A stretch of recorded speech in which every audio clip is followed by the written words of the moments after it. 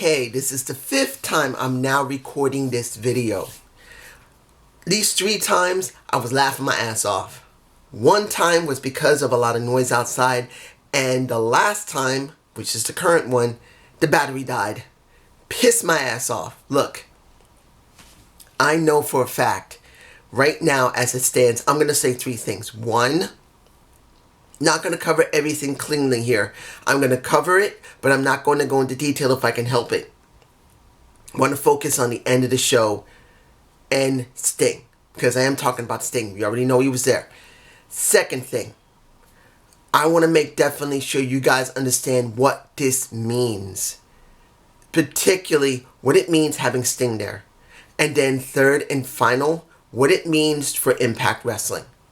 Because I know for a fact, and this is the one thing I want to state, this is the most important thing, people are not going to be happy about Impact. They're going to be pissed about this. They're going to be pissed about this. Some will be happy about it, but many are going to be pissed. So I'm going to cover this right now. Let's get to it. Opening, the Diamond Battle Royal I don't care about, because the Diamond ring should just stay with MJF, and then they should just phase it out. It never leads anywhere. The Dynamite Diamond ring was a gimmick that should end right now, because it doesn't give you an option to go for a title at all. It doesn't give you the TNT title chance. It doesn't give you the world title chance. Unless they start stating it, it's just a waste. Now, at the end, you had Wardlow, MJF, Sammy Guevara. It was also Jungle Boy and Miro. Miro going up against Wardlow was a nice touch. He did get thrown out. But here's the thing. Even though I didn't mention Orange Cassidy, he was the last person that was still surviving. He knocks out, Sammy Guevara getting pissed off after he gets kicked out by MJF. That's understandable. But for me, seeing that Orange Cassidy was able to get rid of Wardlow with 2 punches, or was it 3? 2 or 3 punches. And now it's only him and MJF. I just don't buy it. Look, I love Orange Cassidy, just like I love Pac. But I'm being honest here. It just doesn't feel right seeing Orange Cassidy, a skinny runt, knock out Wardlow so easily. If Miro had still stayed in, it would have been better. Then it would be more believable. But he didn't. I don't buy it. I'm moving on. Now, Kaz versus Y2J, the champion, the demigod, the be-all, end-all of AEW. I was looking forward to this because they never face each other in the ring individually. Yeah, they had their match last week, but as one-on-one, they never done it. Just like when it came to Christopher Daniels. I wish they could have hyped this up. Having both these guys means something. Underrated wrestler in Frankie Kazarian going against Y2J. I wish they could have hyped up both the matches, but they never did. So it kind of feels a little hollow, even though it was a good match for me personally. Look, you can't expect Chris to go flat out anymore. He can't. He's 50. He's older than me. He's like from 1970. He's older than me. He's like 50, nearing 51. So he can't go like he used to. And Kaz, who's maybe in his late 40s, maybe a little younger than me, as far as I can tell, he can still go really damn well. He just has the frame for it. So he's still good. And you can see the contrast of how slow Chris was compared to Frankie. Didn't take anything from the match. Now, in the end, because you had interference, and this is the thing that gets me. At one point, MJF comes out. He comes out with a towel, doing the same thing he did with Cody. You got Sammy Guevara coming out, stopping him and throwing in that towel. And then you have the distraction that allowed the Judas effect to go to a Frankie Kazarian and wipe him out. And then a fight breaks out. Total fight breaks out with the Inner Circle. Yes, you had some other interaction with everybody else, but the Inner Circle now wants to break up. Essentially speaking is this. Chris said it's simple. Unless we resolve this problem right now, no more fighting in between each other, I am breaking up the inner circle. I'm breaking it up. If we do not correct this problem, this is your ultimatum. Straighten out next week or we're done. So this is going to be very interesting what's going to happen next week. Now, the Acclaimed is a team. Never seen them before. I think that might be from ROH. They kind of mess with the Bucks. One of them rapped at the Bucks, messing with them about their book, and both of them looking at each other's crotch in the book. I think they're in my face. I think I got that shot. They're interesting. Then you got Hybrid 2 attacking the Bucks. So now they're going to have the match next week. I would have thought the Acclaim would be more important to go up against them than Hybrid 2. But maybe Hybrid 2 is just a stopgap until the Acclaimed. I really want to see the Briscoes go up against the Bucks on AEW. I've heard of the Briscoes. I know they're not from Jack Briscoe and his brother. I don't think that's their kids. The Briscoe brothers' kids, I don't think that's them. That's just their name. I would love to see the Briscoes from ROH show up on AEW once. That's just me. Now, Britt Baker versus Hurst. Leah Hurst. I believe her name is Leah Hurst. Leon Hurst. I think that's her name. Second time we're seeing her. A 4'11" powerhouse that's basically a female Wolverine. That woman's a sawed-off runt that will whoop your ass. And she's cute. But she's a saw-off runt. That, you know who she reminds me of? A little bit of? Jordan Grace.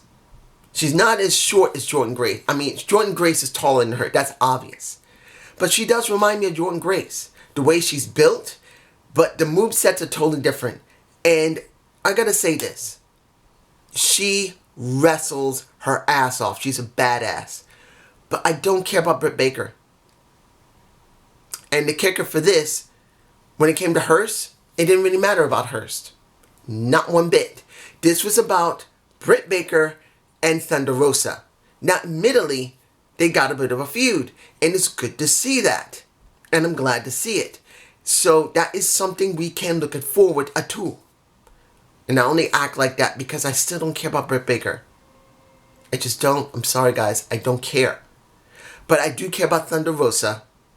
And Britt Baker doing the job for Thunder Rosa. If she's joining AEW, it's a good thing. That's if she's joining AEW. I do understand that Corbin did say that Thunder Rosa is still signed with NWA. So they're still trying to drum up something for NWA if Thunder Rosa is still signed with them. That's just me. You guys tell me below. I want to see Nick Aldis from NWA on AEW. It's got to happen. Because if they're bringing in Thunder Rosa, they need to bring in Nick Aldis. They need them. That's just me. You guys tell me below. Now, Darby Allin. Darby Allin and Cody Rhodes versus Hobbs and the Starks with Taz at ringside. The match itself was fine, but that wasn't the key of it. Winter is coming? I thought it was just a basic catchphrase. Until this bastard showed up and he's in my face. This beautiful bastard called Sting has now showed up on AEW and is now signed to AEW. Now, what does this mean? Do we have star power in AEW? To a certain extent, yes. Now, hopefully he will not wrestle. He could be a manager. He can be a general manager. He could be a manager to somebody. I do not think Sting can wrestle anymore, so I don't expect him to wrestle. If he does wrestle, he better damn sure be good, or he's just going to embarrass himself like The Undertaker did for at least a year now. And you know how I feel about The Undertaker and how his ending was. It was garbage. So when it comes to Sting, ending at AEW on TNT again is actually full circle for him, which it makes sense. I am so happy. I was like, what? I was surprised. So I was happy about that. For me, it made sense. Now, Sheeta had an interview. And Abalon was messing with her. You heard noises in the background. One, I'm glad to see Sheeta get another interview because the woman can freaking talk English. Even if it's not great English, she talks English. Finally, Kenny, my boy, thank you for listening to the fans. Give her time. Even if it's only a minute, give her an interview or two. Once a week, give her an interview. Give her a freaking interview. And then Abalon. Seeing that she's going to be interacting, it seems to be interesting. Now, anything else? If I'm forgetting, I'm sorry. Kenny Omega versus Moxley for the AEW title. They're in my face. One glaring fucking weakness of the entire match. Taking away from that glaring weakness, it was a damn good match until the glaring weakness happened. And why? Why did you do picture-in-picture for AEW World Heavyweight Championship match? Why, Tony Khan? Why did you do it? You did a whole bunch of commercials beforehand. Wasn't that enough for the networks? Wasn't that enough for your bottom line? You couldn't just leave it alone and make this important. No. You had to have picture-in-picture commercials, which was the most stupidest thing they could have done. That destroyed the immersion. This was supposed to be important. The fans were hyped for this. They actually were. If that wasn't Cam Pops, that was the fans along with the wrestlers that sounded full in Daily's place. It sounded good. The match was good. How they went outside was pretty good. Seeing Kenny working that type of match with Moxley. Moxley not being ordinary Moxley like he is. He did go outside his comfort zone, did more grapple wrestling, more submission. It felt good until the damn picture-in-picture. Pissed my ass off. Pissed me off beyond no end. I was getting angry. Then I was wondering how certain things were beginning to look like Impact Wrestling. Hearing Don Callis in the background because he was on commentary again because he knows Kenny because his father trained him. Or was it his uncle? Either his uncle or his father trained him. I can't remember right now. It doesn't matter. A relative trained him. He considered Kenny as a relative, as his nephew.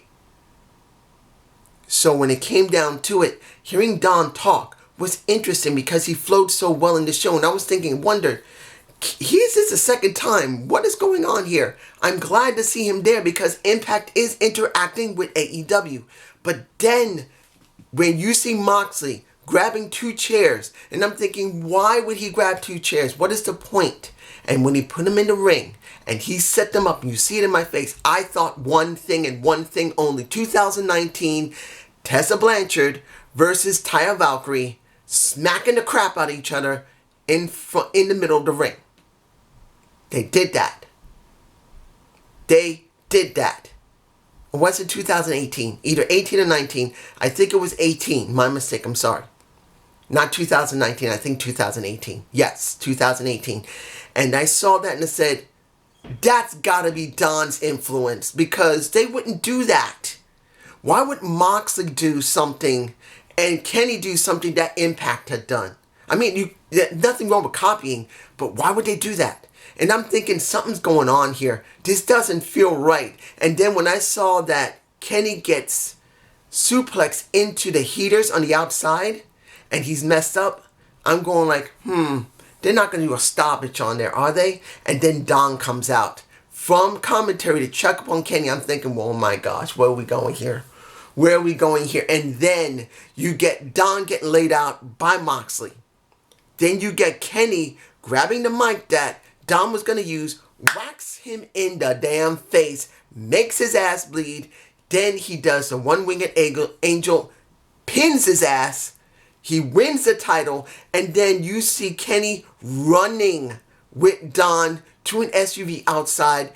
And Marvell goes out and says, what are you doing? Why are you doing this? He said, you'll find out this Tuesday.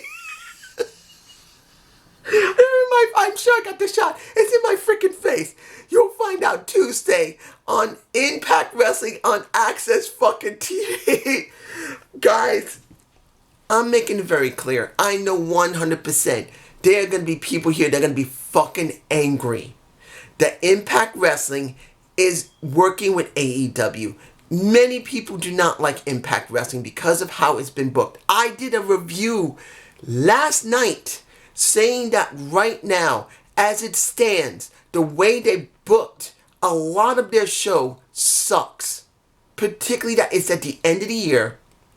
And Impact Wrestling, usually before Christmas, does a couple of recordings and then they just do repeats.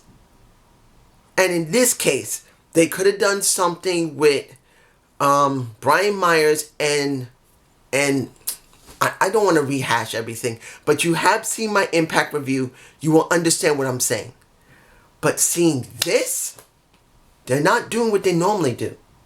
If they're doing what I think they're doing right now, because I had time to think about this while I was laughing my ass off, what they've done with most of the storylines, they cut them all off because someone managed to figure out a way to talk to Tony Khan, my guess is Don Callis. And he said, look, we're not doing anything at the end of the year. You're not doing anything at the end of the year. Why don't we drum up some interest for both our shows and let's do something that's going to shock the people and they won't expect it. Let's let this happen. Let's work together. Let Kenny go on our show before the end of the year. Drum up some interest for us because we're going in Retribution. And then in January, we're going to be doing our Genesis. Let's work together. Let's see if we can do something and maybe we'll do a joint show or shows. You don't know. So this is what we got. I am pleasantly surprised. Not only that AEW did something totally out of the blue for the first time, because this is the first time they're doing it. Working with the second biggest promotion. Let's be honest. Yes, Impact Wrestling has lost a lot of its recognition, a lot of its glamour. It has. But it was considered the second biggest show that existed in the country and mostly internationally. It still has something. It was well known. It was well loved. And yes, it has lost a lot of its steam, a lot of its recognition. But this could actually help them. They have not been able to get anywhere. Not anywhere, particularly what happened with Tessa. Tessa leaving the company. Screwing up the company because she didn't want to come back or didn't want to do any type of promos with Impact Wrestling. She hurt them. Colbert now hurt them. They got no fans. They always had a small amount of fans. Now they got no fans. They are highly limited right now. They are stuck with not much. So this might be a good shot in the arm. I don't know if it's long term. To be honest, this feels like a short term gain. But in the end, it's better to have a short term gain than nothing at all. They need something. They needed, I even said this myself, they needed a shot in the arm. Weeks ago, I put out in my Impact Wrestling review, they needed a shot in the arm. This might be it. New blood, maybe. I'm not saying it will, but you never know. Have a good day. Have a good night. Peace.